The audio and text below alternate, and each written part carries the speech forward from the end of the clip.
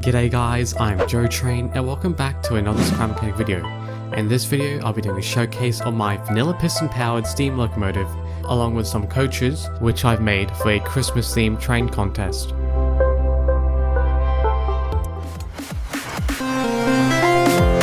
Alright, so here we are in the world and here is the loco in question. So I've started building this on 13th of December this year, and I've initially made it for the 2022 Christmas theme contest in X's Scrap Railroad Discord. I would just call him X for short since we don't know how to pronounce his name. So basically he decided to start another Christmas contest, so for that I decided to make this, which is based off a Queensland Rail BB18 and a quarter class steam locomotive. And the reason it's classified as that is because Queensland Railways used to use a classification based off the cylinder sizes and the number of driving wheels for locomotives. So the BB designates that it had 3 driving wheels, and then the 18 and a quarter is the cylinder diameter in inches before Australia adopted the metric system and disposed of the imperial system. And basically the guidelines for the contest was to make a remotely themed Christmas build, so I've decided to make this locomotive. And the only real ties this locomotive has to being Christmassy because it's painted green and blue, which are the colours often associated with Christmas, and there isn't really any Christmas themed trains, like the only exception probably being the Pole Express, so I decided to make this train for it. So the train is it's a vanilla, it's completely piston powered, and the way this works is it uses a Walschaerts valve gear system. So I'll show a video of it of the linkage system in action. And Khan Gaming made a video demonstrating on how the system works. Khan Gaming actually made a video showcasing how to make the valve gear, although he never actually made a tutorial for it. But basically how it works, we get in the cab here. So we have this pin here which you can move up and down. So depending on which way the pivot is leaning, this will in turn make the locomotive spin forwards, and you have to give it some thrust to start it moving. So if it's down, it will go forwards, and then if we raise it up again, and then it'll want to move backwards. So it does get a bit stuck, so I put a thruster in there to assist in moving it forwards and backwards. It's a system that's really similar to what trains in real life have, but you know, it's a really cool mechanism considering you can make it in Scrum Mechanic. It's really difficult to make a lot of valve gears in Scrum Mechanic, as you can only, when you're welding, you can only have blocks on 90-degree angles, so you can't have welded points on 45-degree angles. Yeah, this thing just moves all mechanically without needing any gears in it, which is really cool. This thing here, this rod out there's this sensor in here which activates the piston, which in turn drives the locomotive. If we just get it moving here, we'll go for a short run. So unlike your conventional trains, these trains on steam locomotives, I think what makes them so interesting to many people is that they're the only machines we actually see all the working parts on the outside. So all the inner workings of the engine you can see are visible. And we also have, you can notice that there's smoke effects there. And if we stop the train, the way I did that is it's basically, so if you have a really fast pulsing piston, and let's say you have it hitting this block, it'll see that it'll make a bunch of smoke effects. So that's what I did to make the smoke effects in vanilla, because you usually have to, because I wanted to have the limitations of building a vanilla creation. Well, the reason for that is because I used to build a bunch of modded blueprints. However, the problem with mods is that your blueprint will be filled with a bunch of mods, and then it'll be annoying for people that want to try to spawn in because they have to subscribe to all the mods, because unfortunately the mods don't actually compact with the blueprint, so you have to load them in before you start the world. So I decided to start making some vanilla creations instead, and you can see you get some wheel slip over the crossing. But yeah, and so that's what I did to recreate that smoke effect, and it kind of works. It's working now, but sometimes it won't show for whatever reason. It seems to be working now, and I had it.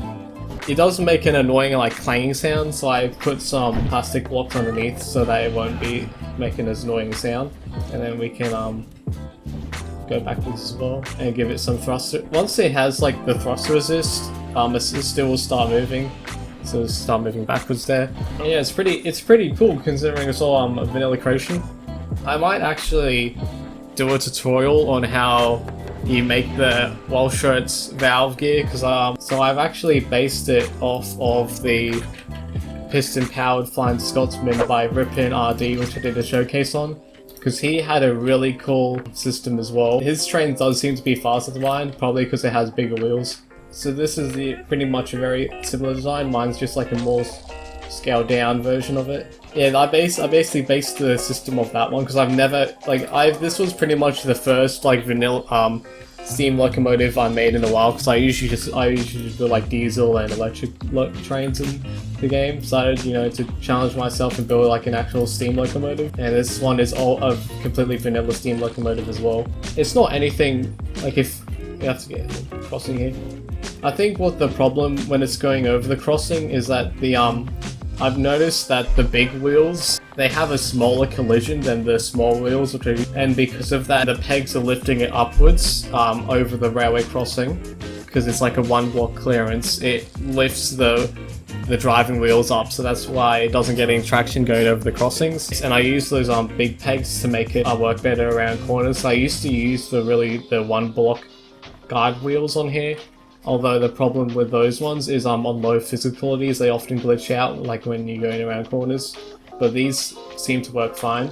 And you can hear that chuffing sound. All it is just the thruster inside to emulate the chuffing sound. It doesn't actually help push the locomotive because I put it on the lower setting.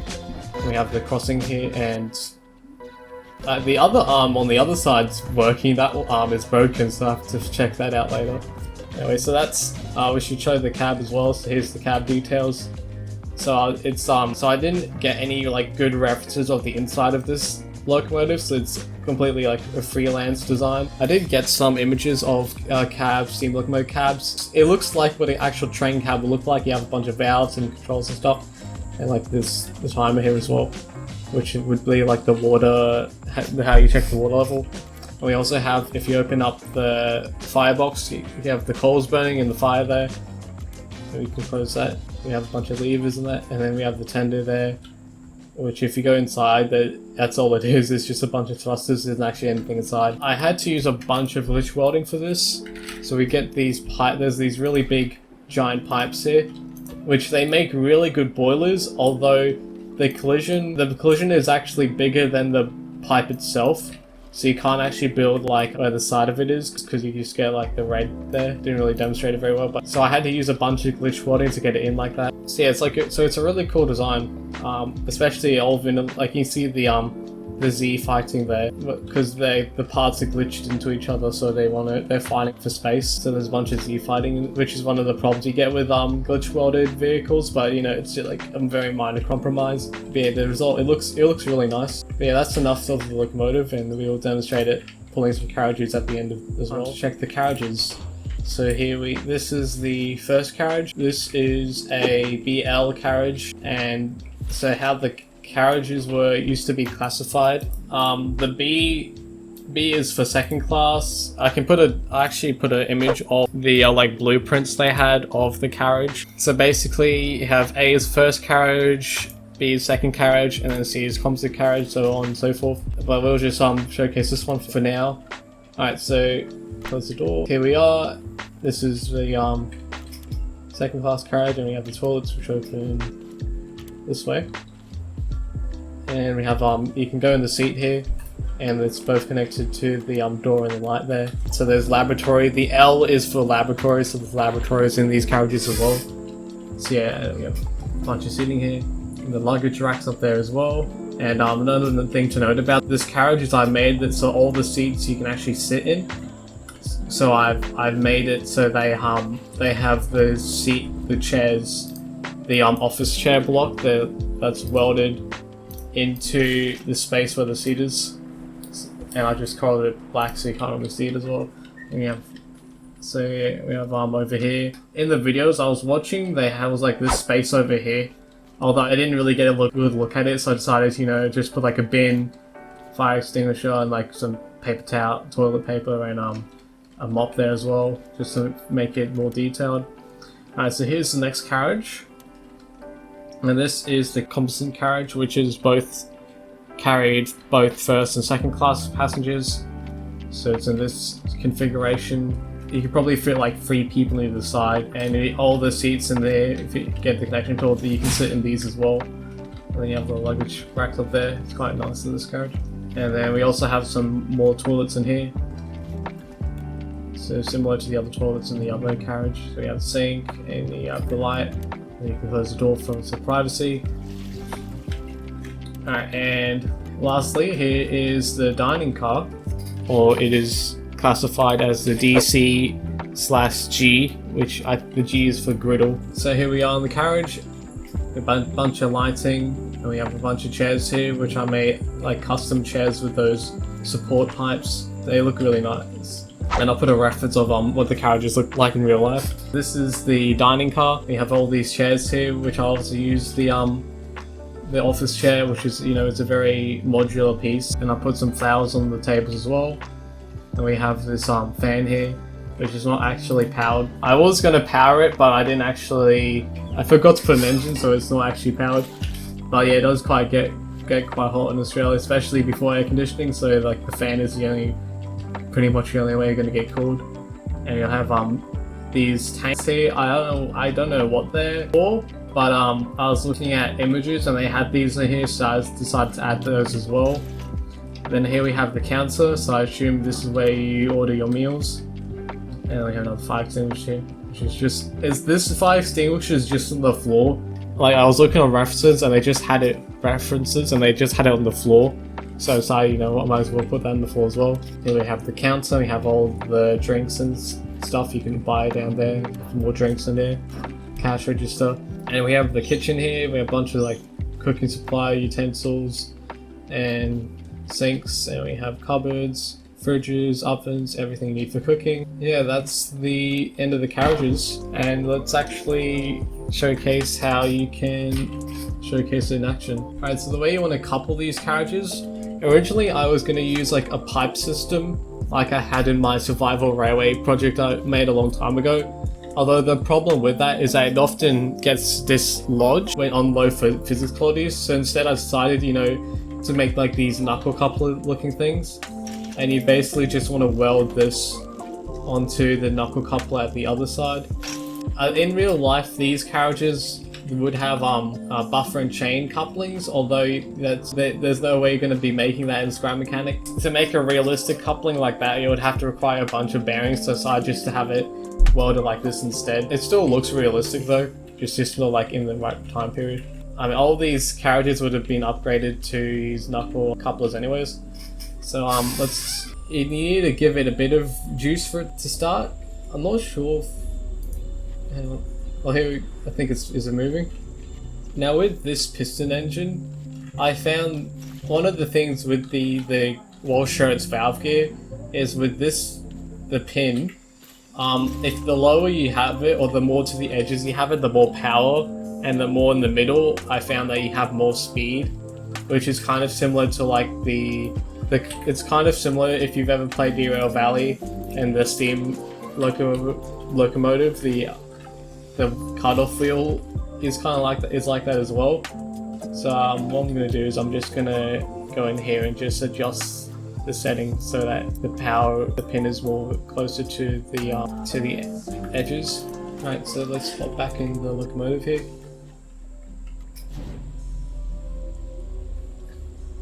And these thrusters, even though they're level 5, they don't actually seem to help that much. Like, once it does struggle starting up, but once it gets going, see, in real life this train can pull a lot of carriages, not in scrap mechanic it seems, and I broke that.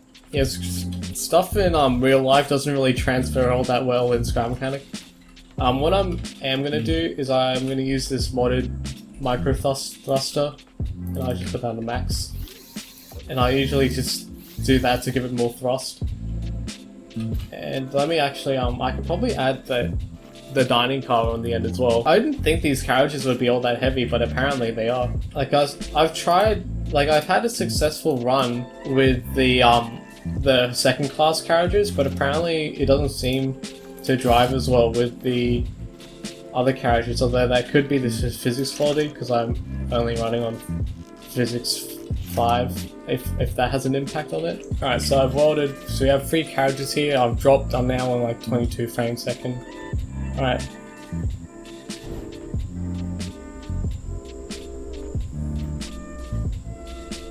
Here we go, we're moving. I didn't show, there's the whistle. And then the crossing arms are down, well at least that one on the right is down, the one on the left is broken. So I have to fix that. And yeah, it's working, look. I mean, I am cheating a bit because I'm using thruster assist to get it to move. But we're pulling like a decent sized train here. We have like sort of 3 passenger cars here. And eventually the railway crossing will raise up again. We're getting around the corner there. Very satisfying seeing the carriages go around there. Without the carriages, this locomotive can like go as fast as just about sprinting speed. It does seem to be quite a bit slower when it's pulling locomotives, but you know it's doing it. And it's quite, you know, as I was saying before, you get a lot of wheel slip going over those crossings because the driving wheels aren't actually touching the ground over them. Since I just use the arm thrusters to assist when going over those. Just going around the corner here. I put a bunch of tow ports inside here to get the whistle effect. Yeah, a bunch of glitch welding, like an incredible amount went into making this. Team going around the bend here. I didn't really think this train would be too slow.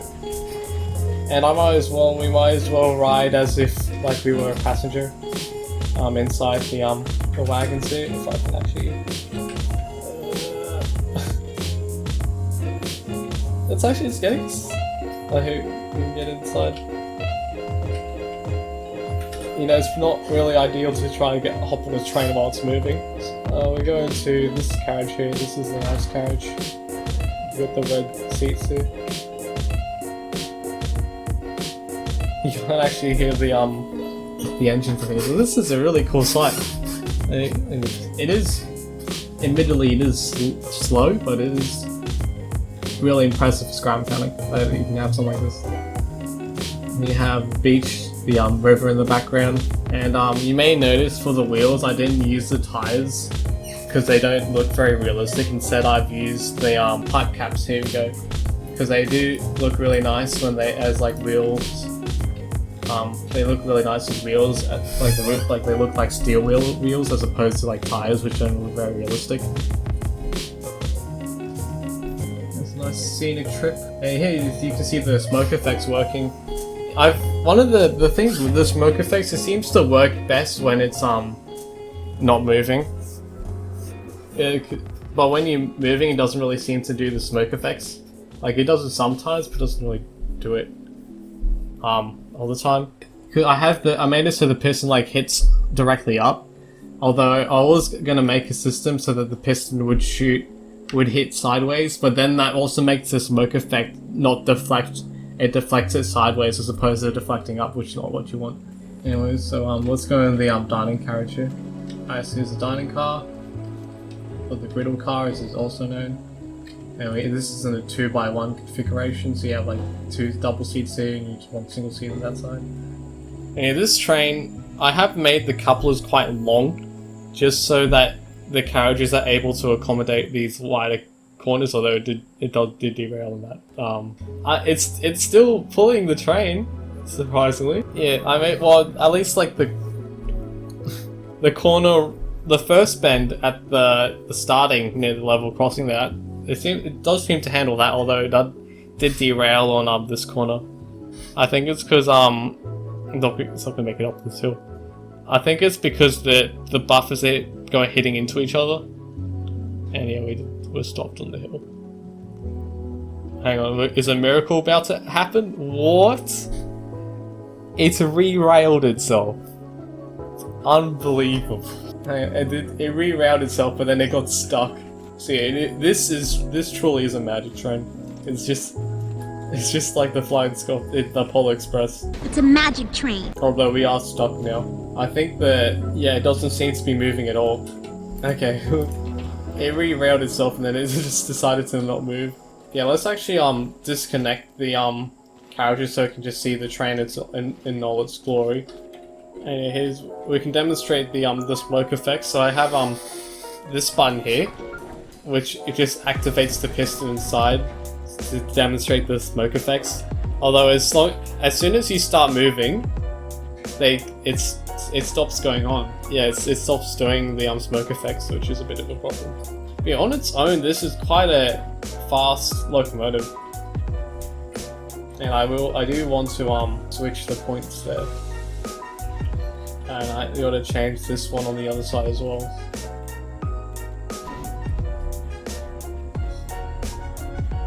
So it does seem the locomotive and tender do seem to handle the corners quite well. This is another problem with the system, with this mechanism I found, especially on low physicalities. This pin tends to become disattached, like it did right there. It didn't. For the most part, it doesn't. It seems to work fine, but occasionally you'll have occasions where it just pops out for whatever reason, which is a bit of a problem. I think it might be because it's going on fast speed. We'll just have to see. See, this is without using the additional thruster, and we can get some more decent speeds here with just the piston engine itself.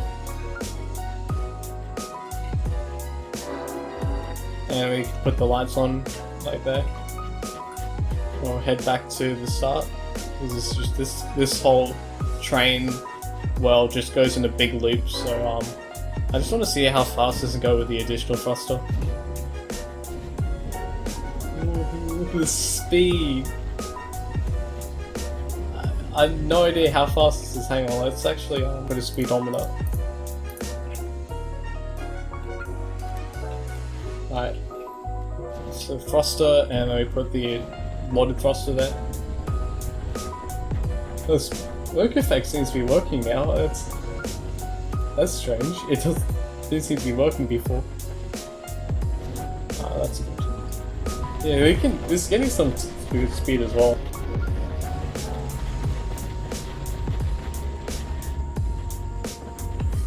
Let me go over the crossing here.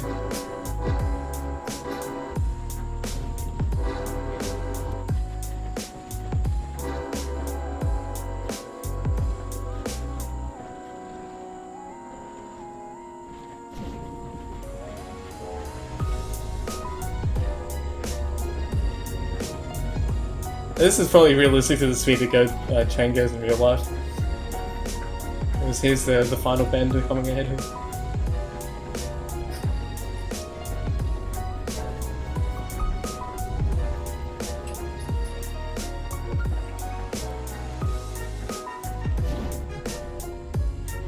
Yeah, that's strange. The smoke effects seem to work best when it's going fast. It's getting stuck right in the corner.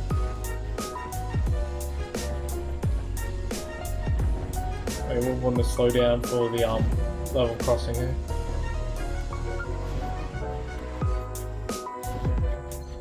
Crossing it.